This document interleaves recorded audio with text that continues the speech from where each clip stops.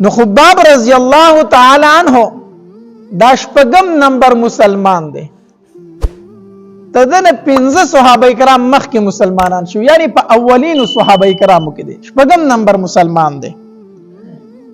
او د غلام او د یوې ښځې غلام او د هغې نوم ام انمار. نو چې کله خباب رضی الله تعالی عنہ ایمان راوړو کنه، نو د خپل مالک ام انمار په د باندې ډیر زیات ظلمونه کول. روایت کې راځي وای دا ام انمار چې ده کنه، دا ام انمار دی به د انګری کار کو. نو دی به چې په اور کې کم سیخان ګرم کړ کنه، نو چې خباب رضی الله تعالی مسلمان شو، دله به پاغي باندې داغونه ورکول، په هغه وسپنه به دته داغونه ورکول. یو ځلی کویله داسې سره کړل، سره هغه ته اور ورته کو، به ته دا اور مړ کو، داسې سکروټي پاتې شوی. چې سکروټي پاتې شو، دا خباب رضی الله تعالی راوستو د پاسه په سملو او دې आवाज وکړو، وسوک داسې نشته چې په دې سینه ورته ودرېږي چې د املای دي سکروټو ته مضبوطه ورشي. نو یو بدبخت راغی او هغه د خباب رضی الله تعالی په دې سینه ودرېد. لاندې غاړې د سکروټي پرته وي د خباب رضی الله تعالی د سرمن به داسې ویلي کوله، او دا غې نه دا ویني داسې بيدي او دا وبته بيدي او د आवाज دی ویلي کېده، او سکروټي مړې کولی. ادیو جن یو ځل عمر رضی الله تعالی عنہ داسې ناستو کنه، نو خواله خباب رضی الله تعالی راغی. په دغه وخت کې عمر رضی الله تعالی امیر المؤمنین و.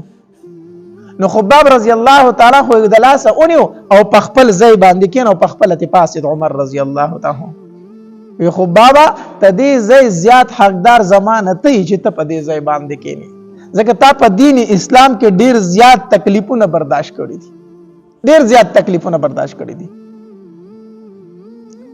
یو ځل د بیا د انګری چلم زده کړو، نو دا توري به جوړولې. نو عاص بن وائل دا یو کافر دی، د پاره توره جوړه کړې و. چې توره جوړه کړې و هغه له ورکړه، هغه چې توره واغسته روان شوته. نو خباب رضی الله تعالی ته ویل توره خو دی واغسته، خو هغه پیسې خوراکه کنه، زما مزدوري خوراکه. نو دی عاص بن وائل ورته وی په یو شرط سره دا پیسې درکوم. په کوم شرط سره؟ وی تا چې په کوم پیغمبر باندې ایمان راوړی دا وای چې هغه نه زه انکاری یم، بس دا وای چې دا هغه نه زه انکاری یم، دغه پیغمبر زه نه منم. خباب رضی الله تعالی ته فرمایل وی قسم په الله کو ته می مړ کی او بیا را ژوندې شم، نو بیا تنم انکار نکوم. اوس کوم ته مړ کین نو مړ می کا ام انکار نکوم، او بیا را ژوندې شم او بیا را ته چې انکار وک بیا تم نکوم، حتی در دې پوری چې بیا می مړ کی. عاص بن وائل ورته وی خوي د مرګ نه پس بیا هم ژوند کې دشته چې ته وای کومړ می کې بیا را ژوندې شم، بیا هم ژوند شته. ته مشرکانو دغه دوباره ژوند نه مانه کنه.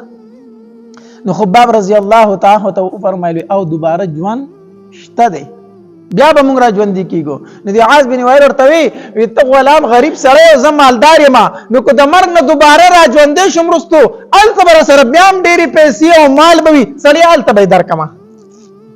التبې ډیر بدبخت موږ داسې لیدلی کنه، سو کوته لکه ګوره دا پیسې درته نه بخم په ورځ د آخرت په نغواړم، دی ورته ورته را نغواړه. بیا ځان دا خبره به هغه سړی کوي د چا چې په آخرت باندې ایمان نه وي. څوک چې په آخرت باندې ایمان لري کنه، هغه به تا ته جواب پریاد شروع کی چې زمانه ډبل پیسې والا خو د الله د پر ما ماف کاسه چې په میدان محشر کې زما گریوان ته چرته لاس روانه چي. نو دا کم سره وی کنه وی پاک جان کې به ګور وایل ته درکم. دا د عاص بن وائل د کافر خبره ده.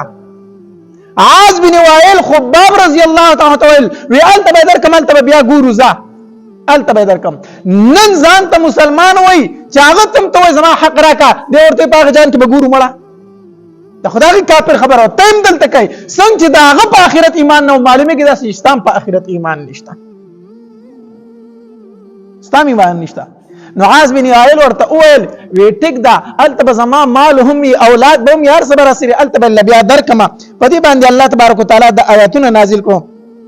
فرایت الذی كفر بآياتنا وقال لأوتين مالا وولدا اطلع الغيب ام اتخذ عند الرحمن عهدا.